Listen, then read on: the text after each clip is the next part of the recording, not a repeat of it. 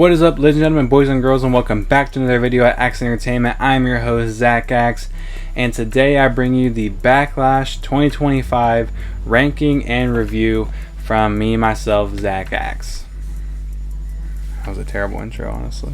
Now, moving forward, I want to start making sure I get more and more content out for you guys. So on top of the weekly awards coming out, I also want to start getting all the pay-per-views. I want to have predictions for them before they happen, which I might end up putting on TikTok instead of YouTube. I didn't get one out for Backlash, sadly, had a busy week, but hopefully I can start getting them out, whether it's on TikTok, YouTube, or both. And then obviously the review and ranking will be after every single pay-per-view that happens. And that's how we're going to start today, is with the Backlash 2025 review and ranking. I already said that, didn't I? Yeah, I did. So basically how this works is I'm going to go from the worst match to the best match on the Backlash card, and we're going to talk about them, tell you why they're ranked where they are. If a match is not number 5, that doesn't necessarily mean it was bad, and if a match is number 1, that doesn't mean it was perfect, to quote one of my favorite YouTubers, MDT. Let's get to number 5 in the ranking, which is going to be Pat McAfee versus Gunther. Now, this match was kind of, I don't want to say destined to fail, because it could have definitely been better. And I was actually decently excited for this match, especially after the promo that Pat McAfee cut on Monday Night Raw, and then their face-to-face on the next Monday Night Raw. I was pretty excited for this match. Gunther is one of those guys that can have a good match with anybody. And Pat McAfee impressed a lot of people with his matches down on NXT. He was in War Games, and he wrestled, Adam Cole. And he's definitely put on some good matches in his short career, not against Austin Theory or Vince McMahon. We're not going to talk about those matches. But I feel like this match could have been so much better, and I feel like it did what it needed to do if you're looking for this match just to be, the match that puts over Gunther. But Gunther didn't need put over anymore. I mean, he was the World Heavyweight Champion. He was the longest reigning Intercontinental Champion of all time. Beating an announcer is not going to do anything for his stock. The only person that really could have honestly benefited from this match was either Pat McAfee if he won, which was never going to happen, or Gunther if this match then set up something else, but it didn't. We were all expecting either one of two things to happen. Well, at least I was. Either A, Goldberg was going to come out. That's what everybody thought this was going to be the Goldberg setup with Pat McAfee, and I did too. But it didn't. Goldberg never came out, and nothing was set up there. And then the other option, which is what I thought was going to happen, was Wade Barrett was going to leave the commentary table, come out, and we're going to lead into a Wade Barrett versus Gunther match somewhere down the line. That didn't happen either. Nothing happened. There was no payoff to this match. This match being put on Backlash just made me think this has to have something extra, something special happen in it for it to be here. But nothing happened. There was no big return. There was no someone to make the save. Jack Swagger didn't come out to help Michael Cole. Michael Cole didn't even take a bump. And nothing interesting happened in this match other than Pat McAfee trying to jump over the ropes and falling over, and then his chest looking like raw meat after it. Yeah, Pat McAfee looked pretty good. I mean, but at the same time, he's an announcer. I mean, I know he was a wrestler at some points, but he's an announcer getting beat up by a former world champion. Gives me like John Laurinaitis versus John Cena vibes. And the match could have definitely blown people out of the water. He could have been like one of the best celebrity matches you could have seen, but I feel like it was really boring, really slow paced. Quite botchy, if I'm being, I hate the word botch, honestly. Quite a few mess ups in the match, and I feel like that's why I had to put it at number 5. It could have been better, honestly. I have a match that I was actually not excited for at all. It was the match I was least excited for, and that is Penta versus Dominic Mysterio. Now, if you watched any of my weekly awards, you know that I absolutely despise Dominic Mysterio in the ring. He's not my favorite in the ring, and I can't really get behind him in the ring. I don't know. He's getting over right now, huge and good for him, but personally, he's not my cup of tea in the ring or on the mic. But I will go ahead and say he impressed me in this match. This is definitely by far, I don't care what anybody says, all you Dominic stands, this is by far Dominic's best performance ever. Since he's debuted, I feel like this match against Penta was his best performance he's ever had.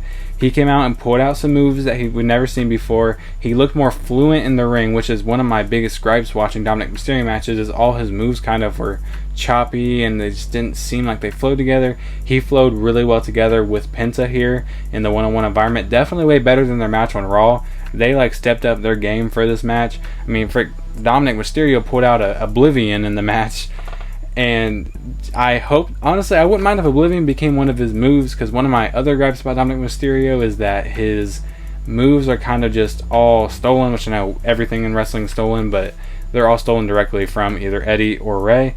So I hope he starts using a move like Oblivion, or maybe just like any kind of move as a different signature to set up the Frog Splash. I'm okay with the Frog Splash as a finisher. Just hope he has some more signatures. And Penta also looked great in this match. They both came out swinging for this match. It was never a question in my mind if Penta was going to win, because I knew he was going to lose. I would have told you that if I had my predictions up in time, which I didn't. But this match impressed me a lot more than I thought it was going to. Dominic looked great, Penta looked great, and at the end of the day, a retain by Dominic. We have a match that I was actually really excited for a couple of different reasons, and that is Lyra Valkyria versus Becky Lynch. Now, Lyra is one of my favorite women on the roster right now, and Becky Lynch is one of my favorite women ever in the history of WWE. So I was really excited for this match, and I feel like this is kind of same as Pat and Gunther. It kind of under-delivered at points. I feel like it could have been better. I'm just going to start with Becky's manhandle slam sucks. It was always going to suck. It's a Uranagi. It's like a rock bottom with none of the force of a rock bottom. And that was at one point, she was using that to finish matches. And she had like 10 of them in this match. And it looks so choppy every time she went to hit it on Lyra. And every time she goes for that move, it just sucks. So I hope she changes that move completely. But Becky Lynch will go down in history in this match for being the first ever woman to kick out of the Nightwing on the main roster. She kicked out of the Nightwing. Everybody else that has been hit with that move has been pinned after it, but she kicked out of it. And I feel like this was a weird stage to have this happen. Just a Backlash, a B pay-per-view, have this, unbeaten finisher finally be kicked out of. I guess if it's going to be used on a star, at least it was used on someone like Becky Lynch and not someone, like an Ivy Nile or somebody that she's just wrestling on Raw. At least it was Becky Lynch at a PLE that kicked out of it. So I guess that takes away some of the pain, but I was really hoping she could have kept running with this, because like Baron Corbin's End of Days, no one had kicked out of it, and that was one of the most interesting things to see, that, if she hits that move, it was over. But I guess that might set, at the same time, that kind of slows down matches when you see that, it's over. At the end of the day, I thought, and I said this in my weekly awards last week, that it was almost, guaranteed that I thought Becky Lynch was winning this match. And she didn't. Lyra Valkyria actually came out and retained the title against Becky Lynch, which is honestly insane, with no shenanigans other than Becky Lynch trying to cheat. But she won with a roll-up, which makes me think this is not the end of this feud. And then Becky, of course, attacking Lyra after, putting her in the armbar, I'm guessing, or the disarmer. I'm guessing this is going to set up for another match, potentially at Money in the Bank, or how they've been treating the women's mid-card titles, probably on a random episode of Monday Night Raw where Becky takes the title. I think Becky is going to take the title, but I am glad that they let Lyra win. They let her beat a big star like Becky Lynch during this reign to kind of cement her as a main eventer, and I feel like right now, if Lyra does lose, sending her up to battle the likes of Io Sky and Rhea Ripley would be amazing, because she has obviously proven herself to be a top star on the Monday Night Raw roster. This feud definitely has opened a lot of people's eyes to Lyra, not me. I've always loved Lyra. Since she came up to NXT, she's been one of my favorites, and a lot of people were kind of sleeping on her. And after this feud with Becky, her mic work has been able to shine the brightest that it's ever been able to shine on the main roster, and her in-ring work has been able to shine just as well. So I feel like this definitely feud with Becky Lynch is helping open a lot of people's eyes to Lyra Valkyria, and if nothing else, at least it's doing that, and I'm really excited for that. And we're going to give Becky the IC title somewhere down the line so she can become probably the first ever Women's Grand Slam champion, and that's okay with me. I'm just happy Lyra got the win here. Number 2 and number 1 for me was... Number 1 and number 2 is always going to go back and forth, I feel like, for a lot of people. I haven't saw anybody else's review of this yet. I haven't watched Santi's review yet, because I wanted to record mine before I watched his. I didn't want his to influence me in any type of way. So at number 2, I am gonna put the John Cena versus Randy Orton match for the WWE Undisputed Championship. Now this match, I was really in the middle for. If you watched my my reviews, or my weekly awards, I didn't know what to think, because on one hand, it's John Cena and Randy frickin' Orton. You know, it's two of the biggest names, if not the biggest names in wrestling history. But on the other hand, they're also Cena's past his prime. I don't know about Randy. Randy might still be in his prime. He's still killing it out there.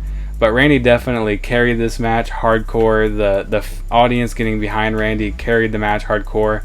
And I feel like that's definitely a great way to get Cena to be booed, because everyone's cheering him. Even there, people were still cheering and people were still chanting, "Let's go Cena." But putting up against the hometown boy and a star as big as Randy Orton, who just crushed The Miz in my PCC on Supercard, sadly, which sucks because I wanted that Miz card. I'm not going to be able to play for it now. That's getting off topic here. Randy Orton looked great in this match. Honestly, I would not have been mad if he would have won the championship. I did not see him winning the championship, but it would have been awesome if he did. This dude freaking RKO'd everybody and their mama. He RKO'd Nick Aldis. He RKO'd Hurricane. He RKO'd... who else was out there? A couple different security guys. He RKO'd Jamie Noble. He was sending RKOs on all these guys that every week they come out to break something up, and I'm hoping they get hit by something. And this week they finally got hit by something. They got hit by the RKO, every single one of them, and I love that. Hella ref bumps in this match. It seems like every time a ref was coming out, they were getting taken out immediately, and that's what to be expected from a John Cena match. It looks like every single John Cena match is going to end with a low blow and a title shot, which on one hand is on the other hand is but if that's how he's going to end his match, that's how he's going to end his matches. And this was a very, very good match. And after the stinker that John Cena and Cody Rhodes put on at WrestleMania, I did not know if I should be excited for this match, but I'm glad that I was excited for this match, because it delivered. We had two attitude adjustments by Randy Orton through the commentary table and then through an actual table. I don't remember if John Cena actually hit his own attitude adjustment at all throughout the whole match, because I know the first time he went for it, he got RKO'd. I think he did hit one. But we saw more AAs from Randy Orton than we did John Cena. Randy Orton was in control pretty much this whole match, and then Cena, pulls out the heel tactic of a low blow and a title shot. Which, either way, if Randy would have won, I would have been ecstatic. If John Cena wins, okay, we'll continue this road and see who's gonna save wrestling and take down this big bad guy, which it probably end up being Cody Rhodes, but we'll see. But this match is coming in at number 2, and coming in at number 1 is the match that I thought just in ring was better than all the rest, and that is the Fatal 4-Way for the U.S. title, actually opening Backlash between Damian Priest, Drew McIntyre, the champion Jacob Fatu, and LA Knight. Now, this match on paper should have been amazing, and it definitely delivered. I feel like it wasn't a 5-star classic by any means, but it definitely delivered for the the aura and the star power that these 4 guys have. This match was always going to be great, and it ended exactly how I thought it was going to, which is another reason I wish I would have made predictions, and that is with Damian and McIntyre taking out each other, and then LA and left to eat the pin for Jacob Fatu, which is kind of what I was gonna see happening, but at the same time I didn't want it to happen, because I don't want to continue this feud between Drew and Priest. I feel like this feud should be done, but I feel like we're going to continue this feud now after they took each other out. And I hope this kind of knocks LA Knight out of the championship picture for now. Hopefully we have some kind of superstar shakeup or just trade system. I wish we had year-round trades where a trade could happen at any moment, and because if a superstar's floundering, we wouldn't have to wait for them, wait 6 months for them to finally move. We could just see them move, because I would love to see LA Knight get sent to Monday Night Raw and fight for that World Heavyweight Championship or fight for the Intercontinental Championship, something we haven't seen him do before. Because he's a 2-time U.S. champion. We're not going to see him go for John Cena anytime soon. At least I don't think we are. You never know. We could. That would be awesome, but I don't see it happening anytime soon. So he's still really, really big in star power. So I feel like sending him over to Raw to be a main event player over there against the likes of Seth Rollins and Braun Breaker would be awesome. And I feel like he should be done with the U.S. title picture for now. Talking about what happened in the match, we had a super south of heaven to Drew McIntyre through 2 tables. That was a great moment. It kind of looked like Damian landed on Drew, so I hope Drew's okay after all that. Great moment when Damian said he's still bored at work, and then hit Drew, because Drew's been memeing him with bored at work for all this time, which is a great meme. I love that meme. We also had a crazy good sequence where we had Drew McIntyre in the Tree of Woe, and then we had Jacob Fatu on the top, and we had LA Knight on the bottom. Yeah, LA Knight was on the bottom and Priest was on the outside. And Drew grabbed Fatu and threw him off to where he swanton bombs LA Knight, gets up, hits the running hip attack on Drew McIntyre, then goes around the ropes and suicide dives immediately onto Damian Priest. That moment was freaking crazy. That was probably honestly the best like sequence of the night for any match. That sequence was freaking amazing. And then the match, of course, culminates in Jeff Cobb making his WWE debut. Now, I didn't know too much about Jeff Cobb. Honestly, like, I knew he was in Lucha Underground because I've watched a couple of his Lucha Underground matches, but I had never watched him in New Japan, which I believe is where he most recently was. So I honestly didn't really know who Jeff Cobb even was until there was rumors that he was coming out, and then I found out, oh, he was in Lucha Underground as this guy. And so I was like, okay, we'll see what he does. But joining the Bloodline was not what I saw happening, because it just feels like that's like their lazy way of debuting anybody. It's just throw him in the Bloodline. You're kind of, because I believe Jeff Cobb is Filipinian, is that how you say that? He's from the Philippines, so I feel like it makes no sense that he's in the Bloodline. But I feel like that's what we're going to continue to do. And then after all these guys get healthy and, you know, all these guys start coming back, Tama Tonga and Tonga Loa, we're going to have just a crowded Bloodline again. And we're not going to know what to do with them.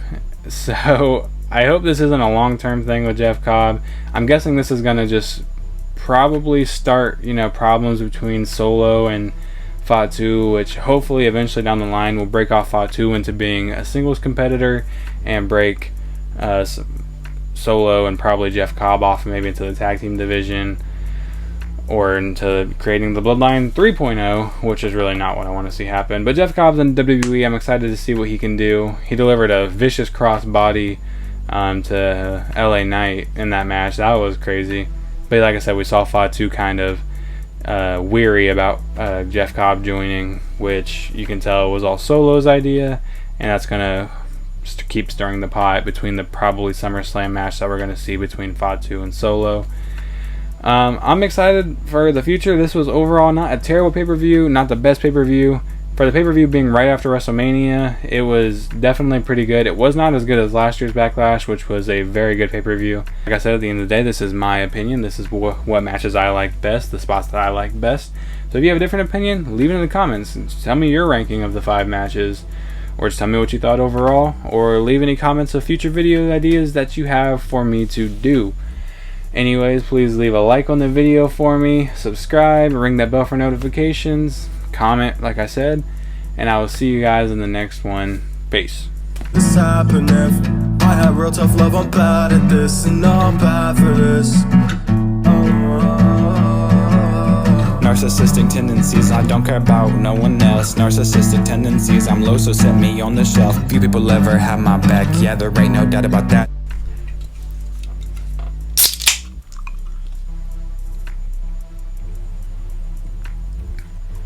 Pepsi sucks.